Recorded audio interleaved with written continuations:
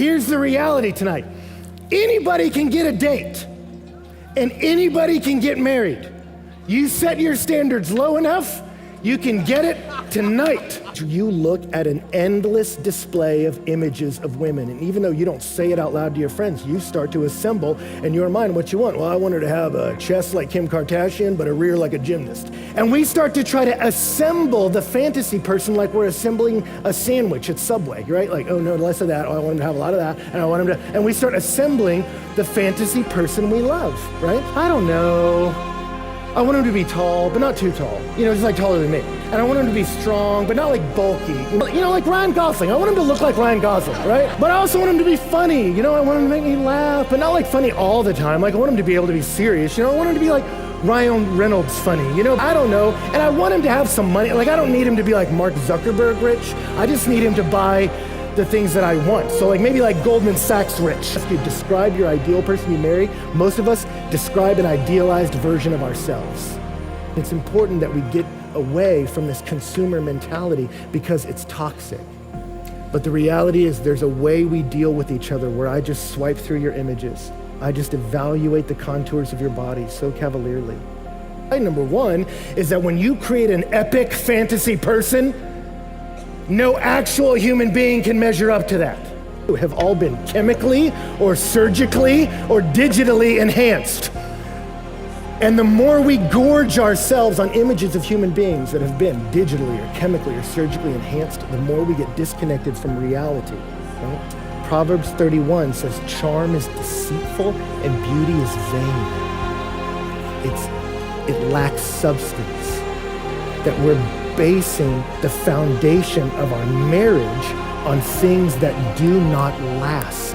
Charm and looks don't last. They're not bad features, but they're a bad foundation because it's built on a false assumption. You know what the false assumption is? That you actually know what you want. You're not an assembly of features. You're a person. And as someone interacts with you as a person, there may be features you have that they love. There may be some they didn't expect and don't know how they feel about, but as they get to know you, there will be things they love. There will be things that they can live with. That's true of all of us. But you'll marry a person, not a list of characteristics. And all of them got married to a woman who was nothing like that. Nothing like that. Why? Because they didn't know what they wanted, right?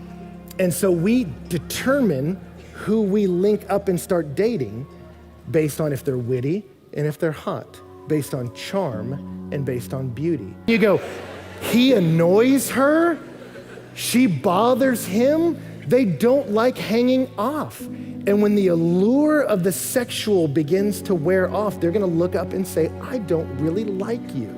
What's always the case is somewhere between singleness and marriage, there's a process of evaluation.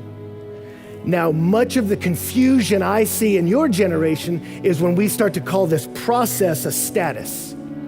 Most of your confusion and pain and questions come when we fail to see it as a process, but see it as a status. You don't want to yoke up an ox with a donkey. They're two different kind of animals, moving at two different kind of paces with two different kind of goals. So don't hitch them up. That doesn't make sense. Hitch up similar people. And the images we look at, we start to reduce one another to a list of features or a commodity. And so we base relationships on whether or not that person works for me, whether or not those features are good for me, whether or not that will help me get where I want to be. And we become consumers of people. But people aren't meant to be treated like that. You don't want to marry someone that marries you for that stuff. You don't want that. What happens if you get hurt? What happens if you get injured and can't exercise for a few years? What happens if you get cancer and all your hair falls out? Do you want someone who married you because it's so hard? Or do you want someone who had something more enduring to the relationship?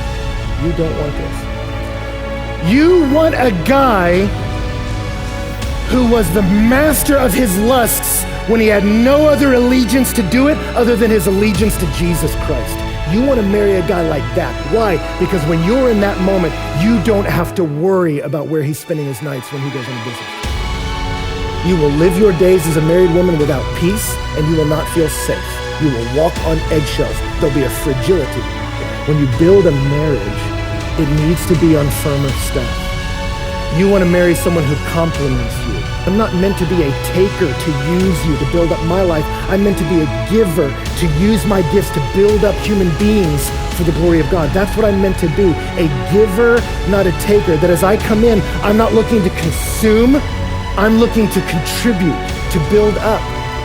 If Jesus Christ is your North Star, you want someone who's sailing towards that same star, right? Because who you think runs the universe will inform your values, which will shape your goals, which will determine where you go.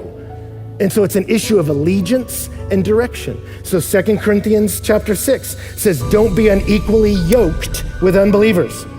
For what partnership has righteousness with lawlessness? Or what fellowship has light with darkness? What accord has Christ with Belial? Or what portion does a believer share with an unbeliever? That's who you want to be linked up with in life.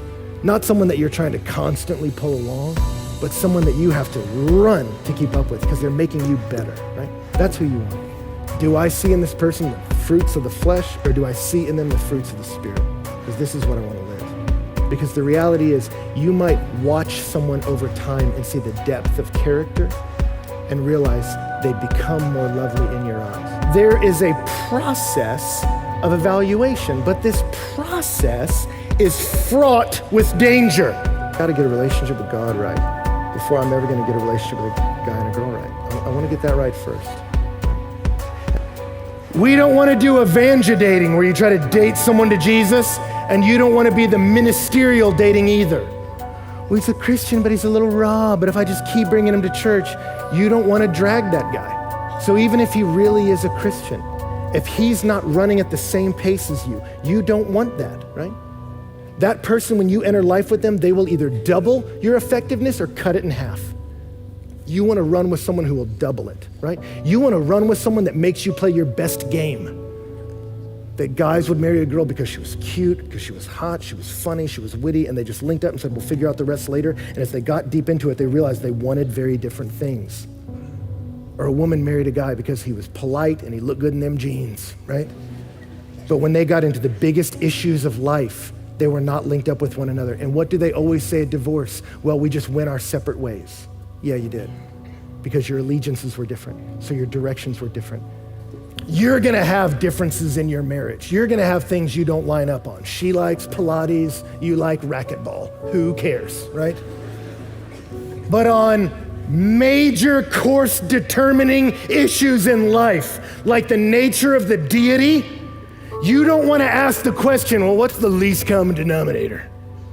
You want to be lined up perfectly. I believe in God the Father, who sent God the Son to be a substitutionary atonement to pay for our sin so we can be forgiven and indwelled by his Holy Spirit, who processes us in holiness and empowers us to humble ourselves, to serve one another in love so we can be a picture of Christ and his church. You want that, right? You don't want to settle.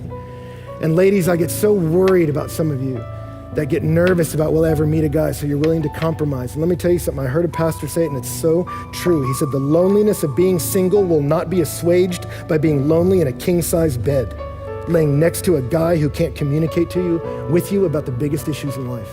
And it's true, you don't want that, don't settle.